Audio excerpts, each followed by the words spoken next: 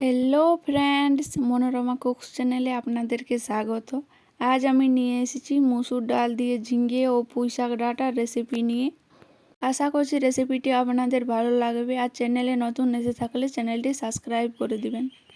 তো এখানে ঝিঙে, পুঁই শাক ডাঁটা ও আলুকেও কেটে নিয়েছি। আর নিয়েছি হাফ কাপ মতো মুসুর ডাল। ডালের পরিমাণ আপনারা বেশি কমও করতে পারেন। ডাল ভালোভাবে ধুয়ে নিয়ে 5 মিনিট মতন ভিজিয়ে রাখবো। সেই সময় কড়াই গরম করে পরিমাণ মতো তেল দিয়ে দিয়েছি কেটে রাখা আলু ও সামান্য হলুদ ও লবণ দিয়ে ভেজে নেব হালকা লালচে কালার করে।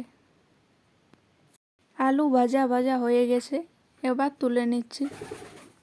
এবার ওই তেলের মধ্যে দিয়ে দিচ্ছি ফোড়ন, 1 টুকরো তেজপাতা, 2টো চেরানো লঙ্কা ও হাফ চা চামচ গোটা জিরে। ফোড়ন ভাজা হলে দিয়ে দিচ্ছি ভিজিয়ে রাখা মুসুর ডাল জল ঝরিয়ে সামান্য হলুদ গুঁড়ো দিয়ে ডালটাকে একটু সময় নিয়ে ভালো করে ভেজে নিতে হবে। ভাজা হলে দিয়ে দিচ্ছি কেটে রাখা ঝিঙে ও পুঁই শাক ডাঁটা। স্বাদ মতো লবণ দিয়ে ভালো করে সমস্ত কিছুকে নাড়াচাড়া করে ঢাকা দিয়ে সিদ্ধ করে নেব। যেহেতু লবণ দেওয়া আছে, ঝিঙে পুঁই শাক ডাঁটা থেকে জল বেরিয়ে আসবে, আলাদা কোনো জল দেওয়ার প্রয়োজন নেই। সিদ্ধ হতে থাক, ততক্ষণে আমি মশলা রেডি করে নিচ্ছি। এখানে নিয়েছি 1 চামচ জিরে, 1 চামচ ধনে, 1 টুকরো আদা ও কয়েকটা রসুনের কোয়া, আর নিয়েছি 3টে লঙ্কা। এবার এগুলোকে বেটে নেব। 5 থেকে 7 মিনিট ঢাকা দিয়ে রান্না করার পর এই যে দেখতে পাচ্ছেন ঝিঙে পুঁই শাক ডাঁটা ভালোভাবে সিদ্ধ হয়ে গেছে।